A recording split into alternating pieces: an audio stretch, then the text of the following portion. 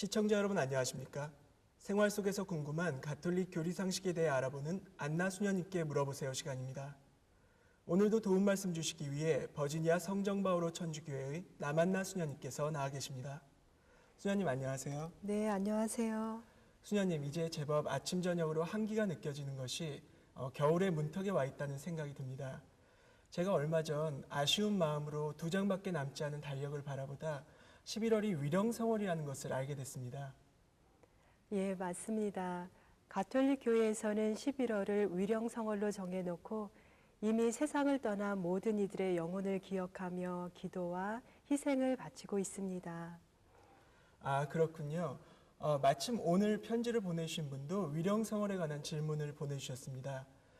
시청자 편지를 읽고 난 후에 좀 더 구체적으로 대화를 나눠보도록 하겠습니다. 네.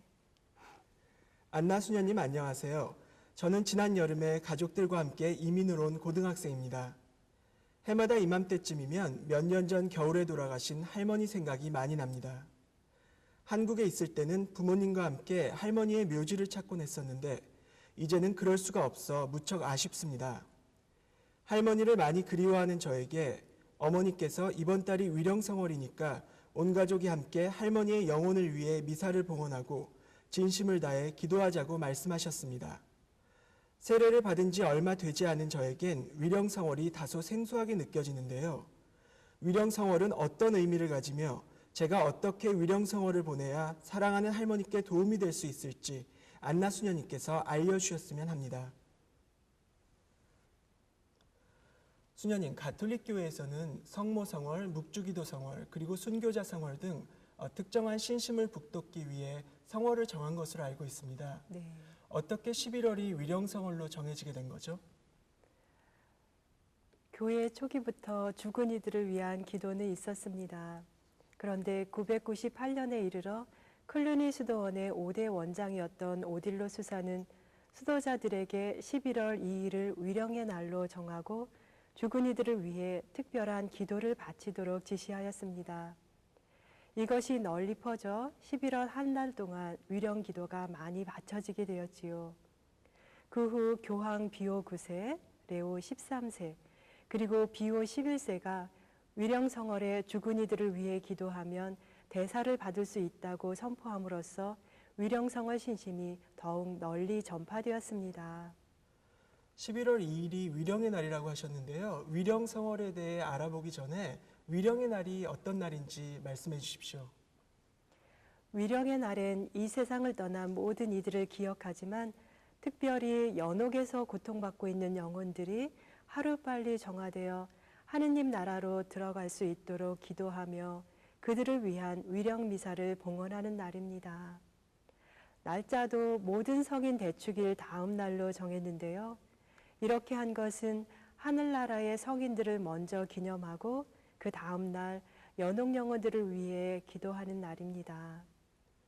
위령의 날이 특별히 연옥 영혼들을 위해 기도하는 날이라고 하셨는데 연옥이란 무엇입니까? 예, 죽음 이후의 세계, 하느님의 세계는 시공을 초월하기 때문에 연옥이 어떤 장소나 시간으로 표현될 수는 없습니다.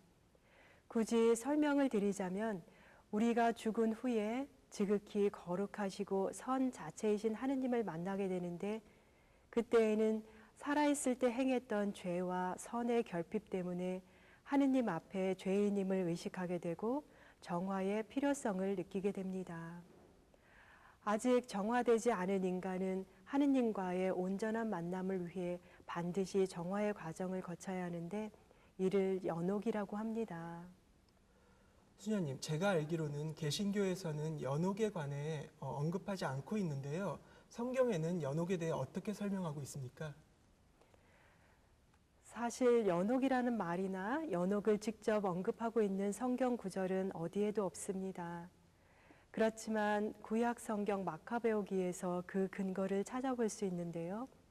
유다 마카베오는 그가 죽은 이들을 위하여 속죄를 한 것은 그들의 죄에서 벗어나게 하려는 것이었다라고 쓰여 있습니다.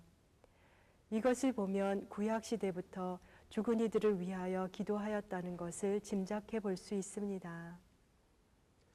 그렇다면 살아있는 우리들이 하는 기도가 어떻게 연옥 영혼들에게 도움이 되는 겁니까? 연옥 영혼은 자기 자신을 정화시킬 능력이 없습니다. 그렇기 때문에 살아있는 이들의 기도와 희생이 꼭 필요한데요.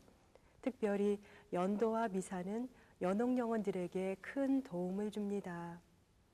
이와 마찬가지로 하늘나라에 있는 성인들도 이 세상에 있는 이들과 연옥 영혼들을 위해 기도함으로써 도움이 필요한 이들에게 공로를 나누어 줄 수 있습니다. 예, 그러니까 이 세상에 살아있는 우리들과 또 천국에 계신 성인들이 함께 연옥 영혼들에게 도움을 줄 수 있는 거네요. 그렇다면 살아있는 이들이 어떻게 죽은 이들과 유대관계를 가질 수 있는 거죠? 죽은 이들을 위한 기도는 모든 성인 통공이라는 교리의 바탕을 두고 있습니다. 세례를 받은 후 하느님의 자녀로 새롭게 태어난 모든 신자들은 성부와 성자와 성령이 누리는 일치 안에서 서로 사랑의 친교를 이룬다는 것입니다. 이 성인 통공 교리는 교회를 이루는 세 구성원들, 즉 세상에 살고 있는 신자들, 천국에서 천상의 영광을 누리는 이들, 그리고 연옥에서 단련받고 있는 이들 사이에 긴밀한 유대관계를 나타내는 것으로 기도와 희생과 선행으로 이들이 서로를 도울 수 있다는 내용입니다. 그렇다면 죽은 이들을 위한 기도는 결국 살아있는 우리들을 위한 기도로 돌아올 수도 있는 거겠네요. 예, 맞습니다.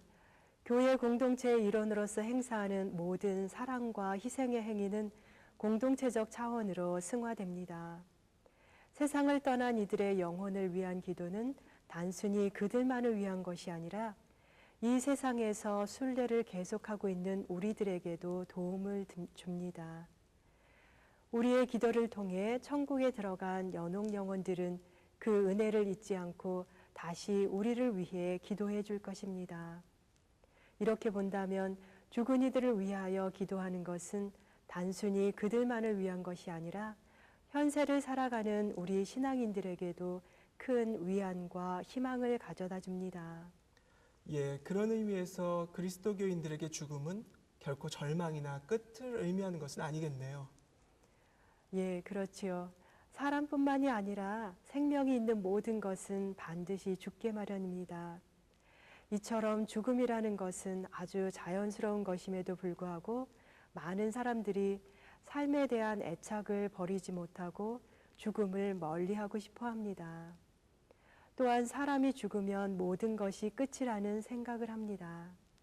그렇지만 예수 그리스도께서 십자가에 못 박혀 돌아가셨다가 사흘 만에 부활하신 것처럼 그리스도를 믿는 사람들 또한 죽음이 죽음으로 끝나지 않고 영원한 생명애로 옮아간다고 믿습니다. 하느님은 산 이들만의 하느님이 아니라 죽은 이들의 하느님이시기도 하기 때문이지요. 수녀님, 위령성월에는 묘지에 가서 기도를 하고 또 미사를 봉헌하기도 하는데요. 무언가 특별한 의미가 있나요? 한국 교회에서는 위령성월 중인 11월 1일부터 8일까지 열심한 마음으로 묘지를 방문하고 세상을 떠난 이들을 위해 기도하는 신자들은 연옥에 있는 이들에게 양도할 수 있는 전대사를 받을 수 있다고 가르칩니다. 그렇기 때문에 11월 초에 개인적으로나 공동체적으로 묘지를 찾아 기도하고 미사를 드리는 것입니다. 아, 그렇군요. 제가 아는 어떤 분은 매일 묘지를 찾아 기도를 하신다고 했는데 그것이 다 불쌍한 연옥 영혼들을 위한 것이었군요. 네. 수녀님, 그렇다면 위령성월 동안 가톨릭 신자들은 어떠한 마음가짐과 자세를 가져야 합니까? 교회력으로 한 해를 마감하면서 세상을 떠난 모든 이들을 위해 기도드리는 데는 특별한 의미가 있는데요. 그것은 모든 이들이 다 함께 하느님 나라에 들어가고자 하는 공동체에 염원이 들어있는 게 아닐까 합니다. 이제 현재 나 자신, 내 가족뿐만 아니라 이 세상을 떠난 부모, 형제, 자매, 친척들, 그리고 아무도 기도해주지 않는 불쌍한 연옥 영혼들을 위해서도 희생하고 기도를 해야겠습니다. 그리고 묘지를 찾아간다든지 연미사를 드리는 것도 좋은 기도 방법이 될 것입니다.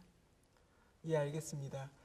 수녀님 말씀을 듣고 보니 제가 그동안 너무 저만을 위한 신앙생활을 해오지는 않았나 하는 반성도 하게 됩니다. 수녀님, 그렇다면 평소에 죽은 이들을 위해 기도를 할 수 있는 그런 쉬운 방법이 없을까요?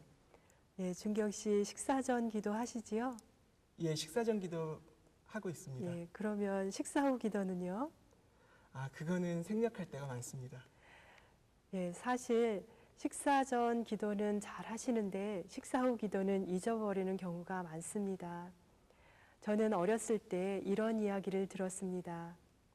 우리들이 밥 먹는 동안 연옥 영혼들이 밥상 밑에서 기다리고 있다가 식사 후 기도를 하면 얼른 천국으로 들어가고 식사 후 기도를 하지 않으면 실망해서 돌아간다는 이야기입니다.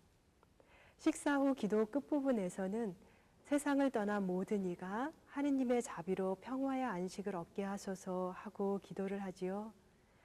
이런 내용이 들어있기 때문에 매일 식사 후 기도를 잊지 않고 한다면 죽은 이들을 위한 아주 쉽고도 좋은 기도가 될 것입니다. 제가 식사 후 기도의 중요성에 대해 모르고 있었네요. 앞으로는 빼먹지 않고 하도록 하겠습니다. 네. 이제 벌써 프로그램을 정리할 시간이 되었는데요. 시청자 여러분들께 한 말씀 부탁드립니다. 저는 가끔씩 버나드 쇼의 묘비명을 떠올립니다. 그 묘비명에는 우물쭈물하다가 내 이럴 줄 알았다라고 쓰여 있다고 하지요. 또 오늘은 내 차례, 내일은 내 차례라는 노래도 있습니다. 이렇듯 누구나가 맞게 되는 죽음이지만 나와는 아직 거리가 멀다고 생각합니다.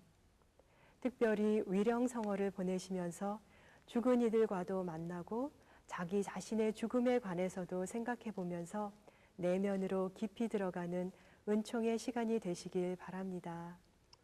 좋은 말씀 감사드립니다. 오늘 편지를 보내준 학생도 위령성월의 의미와 또 자세 등에 대해 수녀님 말씀을 통해 잘 이해했으리라 생각이 듭니다. 안나 수녀님께 물어보세요에서는 시청자 여러분들의 참여를 기다리고 있습니다. 평소 가톨릭 교회에 관해 궁금한 점이 있으셨던 분들은 asksisteranna@gmail.com으로 이메일을 보내주십시오.